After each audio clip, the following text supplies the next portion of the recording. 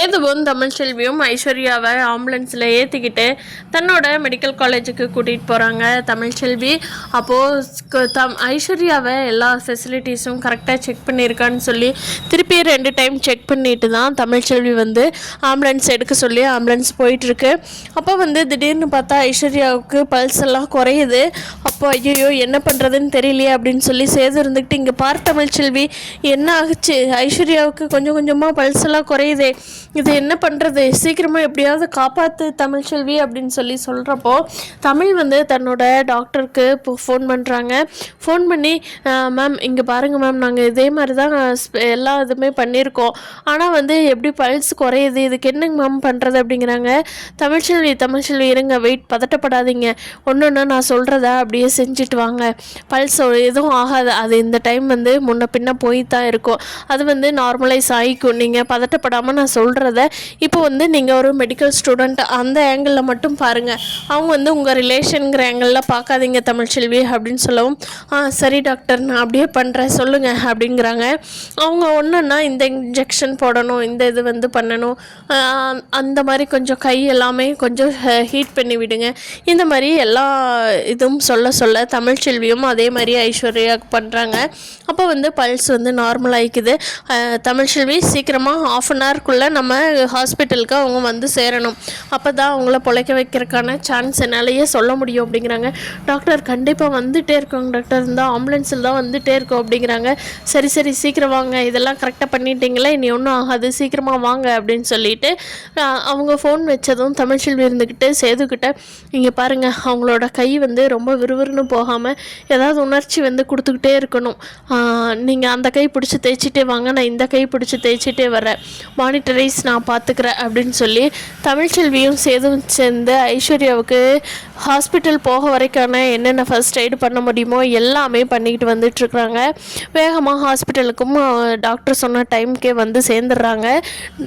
ஹாஸ்பிட்டலுக்கு வந்து சேர்ந்ததும் டாக்டர் வேகமாக ஐசியூக்கும் ஷிஃப்ட் பண்ணி ஒரு ட்ரீட்மெண்ட்டாக ஒன்றுன்னா நிறைய ஸ்பெஷலிஸ்ட் வந்து பார்க்க வச்சு ஐஸ்வர்யா ஒரு வழியாக கண்ணு முழிச்சிடுறாங்க. அவங்க உடம்புல இருக்கிற விஷமெல்லாம் கொஞ்சம் கொஞ்சமாக இறங்க ஆரம்பிச்சிடுது.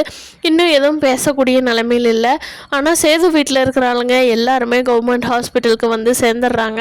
சேர்ந்ததும் இங்கே வந்து ப்ரொஃபஸர் சொல்கிறாங்க, இங்கே நீங்கள் கொண்டுட்டு வந்தது எவ்வளவோ நல்லதாக போச்சிருந்துச்சு, கண்டிப்பாக நீங்கள் ஐஸ்வர்யா அங்கே வச்சுருந்தீங்கன்னா அவங்கள உயிர் காப்பாற்றிருக்கிறதே சிரமம் தான், இங்கே இருக்கிற அத்தனை ஸ்பெஷலிஸ்ட் எல்லாருமே சேர்ந்து கஷ்டப்பட்டு தான் உங்கள் பொண்ணை காப்பாற்றிருக்கோம், ஆனால் நீங்கள் என்னடான்னா கொஞ்சம் கூட தமிழ்ச்செல்விக்கு ஒத்துழைப்பே கொடுக்காம பயங்கரமாக எதிர்த்து பேசுனீங்கன்னு சொன்னாங்க அப்படிங்கிறாங்க. டாக்டர் அது வந்து நாங்கள் அந்த பொண்ணு உயிர் மேல் இருக்கிற பயத்தில் தாங்க டாக்டர் அப்படிங்கிறாங்க. என்னங்க நீங்கள் கவர்மெண்ட் ஹாஸ்பிட்டல் என்ன அவ்வளோ மோசம் நினச்சிட்டிங்களா, அங்கே எவ்வளோ திறமையான டாக்டர்ஸ் எல்லாம் இருக்காங்கன்னு உங்களுக்கு தெரியுமா அப்படிங்கிறாங்க. சாரிங்க டாக்டர் இப்போ ஐஸ்வர்யா எப்படி இருக்காங்க, போய் பேசலாமா அப்படிங்கிறாங்க. இருங்க அவங்கள கண்ணு முழிச்சிட்டோம், அவங்களாம் பேச ஆரம்பித்ததுக்கப்புறமா போய் பேசலாம், அது வரைக்கும் வெயிட் பண்ணுங்கள், இப்போதைக்கு அவங்க உயிருக்கு எந்த ஆபத்தும் இல்லை, நல்லா இருக்காங்க, எல்லோரும் ரிலாக்ஸாக இருங்க அப்படின்னு சொல்லிட்டு போயிடுறாங்க. அப்போது சேதுவோட சின்னமாக இருந்துட்டு, அப்பா கடவுளே கருப்பு நீ தான்ப்பா காப்பாற்றின, என் குழந்தைக்கு எதுவும் எங்கள் குடும்பத்தில் எந்த ஒரு கஷ்டம் வராமல் அப்படின்னு சொல்லி சாமியை கும்பிட்டுட்டு நின்றுட்டுருக்காங்க. அப்போது ஈஸ்வரிக்கிட்ட ராஜங்கன்னு சொல்கிறாங்க, இங்கே பார் நீ தானே இங்கே கூட்டிகிட்டு வர வேண்டான்னு சொன்ன ஈஸ்வரி, தமிழ்ச்செல்வியோட பேச்சை கேட்டு இங்கே வரங்காட்டி தானே ஐஸ்வர்யாவோட உயிரை காப்பாற்ற முடிஞ்சது, இப்போ என்ன சொல்கிற அப்படிங்கிறாங்க. அது வந்து மாமா நான் எங்கே அவள் பழைய பகை மனசில் வச்சுக்கிட்டு இப்படி பண்ணுறாளோன்னு பயந்துட்டேன் அப்படிங்கிறாங்க. தமிழ்ச்செல்வி அப்பேற்பட்ட பொண்ணெல்லாம் கிடையாது, ரொம்ப தங்கமான பொண்ணு தான், அவள் பண்ண ஒரு சின்ன வருத்தத்தினால தான் சேதுவும் தமிழும் பிரிஞ்சுட்டாங்களே தவிர அவங்களுக்குள்ள எந்த ஒரு கேரக்டர் சரியில்லாமையும் பிரியல. நீ எங்கள் வீட்டை பற்றி உனக்கு என்ன முழுசாக தெரியும் அப்படின்னு சொல்லி ராஜாங்கத்துக்கு பட்டுன்னு கோவம் வந்துடுது. அப்போ எல்லாருமே சமாதானப்படுத்தி ஐஸ்வர்யா வந்து கண்ணை முழிச்சு பார்த்துட்றாங்க. முழிச்சு பார்த்த உடனே அங்கே வந்து தமிழ்ச்செல்வி தான் நின்றுட்டுருக்காங்க. ஐஸ்வர்யா கண்ணை முழிச்சிட்டு, தமிழ் நான் இங்கே எப்படி நல்லா இருக்கேண்ணா அப்படிங்கிறாங்க.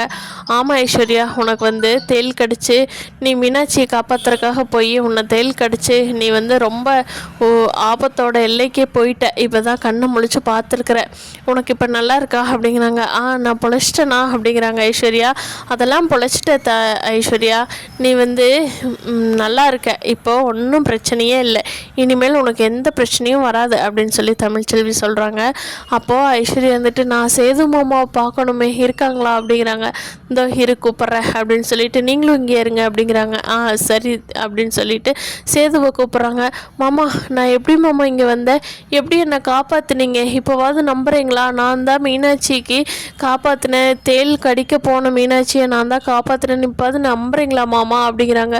ஐயோ ஐஸ்வர்யா, நான் உன்னை நம்புகிறேன், உன்னை நம்பாமல் நான் யாரை நம்புகிறேன் ஐஸ்வர்யா, உன்னை நம்புகிறேன், நீ எந்த கவலையும் பட்டுக்காத. நீ தேள் கடிச்சு உன்னோட உடம்புக்கு ஒத்துக்காமல் உயிரோட விளிம்புக்கே போயிட்ட தெரியுமா, உன்னை தமிழ்ச்செல்வி தான் காப்பாற்றினா. இதோ இப்போ நீ இருக்கிறது வந்து கவர்மெண்ட் ஹாஸ்பிட்டல் தான், இங்கே வந்தே ஆகணும், கூட்டிகிட்டு வந்தே ஆகணும்னு தமிழ்ச்செல்வி நம்ம வீட்டில் இருக்கிற. ஏன் உங்கள் அத்தை கூட சண்டை கட்டி தான் தமிழ்ச்செல்வி இங்கே உன்னை கூட்டிகிட்டு வந்து காப்பாற்றினா தெரியுமா ஐஸ்வர்யா. இன்றைக்கி தமிழ்ச்செல்வி இல்லைன்னா நீ உயிரோடையே இருந்திருக்க மாட்ட அப்படிங்கிறாங்க. அதுக்கு ஐஸ்வர்யா இருந்துக்கிட்டு, அப்படியா தமிழ், எனக்கு ரொம்ப நன்றி தமிழ், என் உயிரை காப்பாற்றினதுக்கு அப்படிங்கிறாங்க. தமிழ்ச்செல்வி வந்துட்டு, நீ என் பொண்ணோட உயிரையே காப்பாற்றிருக்க, அப்போ உன் உயிரை காப்பாற்றுறது என் பொறுப்பு தானே அப்படின்னு சொல்லித்தான் நான் வந்து இந்த பொறுப்பை எடுத்துக்கிட்டேன், அவ்வளோ ரிஸ்க் எடுத்து உன்னை இங்கே கூட்டிகிட்டு வந்து காப்பாற்றினேன் அப்படிங்கிறாங்க. ஐயோ ரொம்ப நன்றி தமிழ், நீ நினச்சிருந்தா என்னை அப்படியே விட்டுருந்தீனாவே போதும், நானே செத்துருப்பேனே, ஆனால் இப்படி கூட்டிகிட்டு வந்து காப்பாற்றுனதுக்கு ரொம்ப நன்றி தமிழ், நான் உங்கள்கிட்ட ஒன்று சொல்லணும் அப்படிங்கிறாங்க. என்ன சொல்லு அப்படிங்கிறாங்க.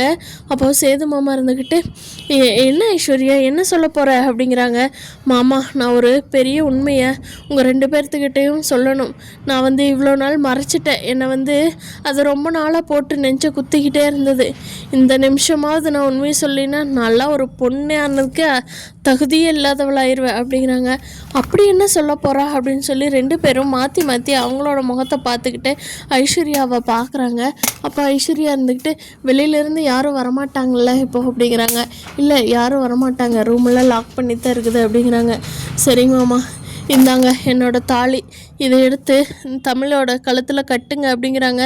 தமிழ்ச்செல்வியும் ஆச்சரியமாக பார்க்குறாங்க. சேது, என்ன ஐஸ்வர்யா, என்ன உனக்கு பைத்தியமாக பிடிச்சிருக்கு, என்ன பண்ணுற அப்படிங்கிறாங்க. எடுத்து கொடுத்துட்டு, மாமா இந்த தாலி வந்து தமிழ்ச்செல்வியோட கழுத்தில் தான் இருக்கணும், உங்களுக்கு தமிழ்ச்செல்விக்கு தான் நல்ல பொருத்தமே இருக்குது, நான் இந்த குடும்பத்துக்குள்ளே வந்திருக்கவே கூடாது, தெரியாதனமாக என்னோட சின்ன வயசு ஆசையை வச்சு நான் வந்துட்டேன், இதை கட்டுங்க மாமா அப்படின்னு சொல்கிறாங்க.